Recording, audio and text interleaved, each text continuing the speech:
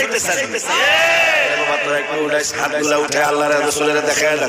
আর গজলটা বলেন, আমার মনে জল্পনা কল্পনা যাব আমি সোনার আয়, আমার মনে জল্পনা কল্পনা যাব আমি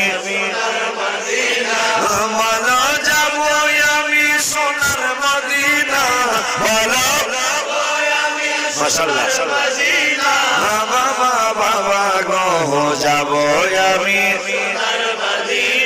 আয়, আমার মনে জল্পনা কল্পনা যাব আমি বাবা, মনটাই আমার অনেক খুশি নবী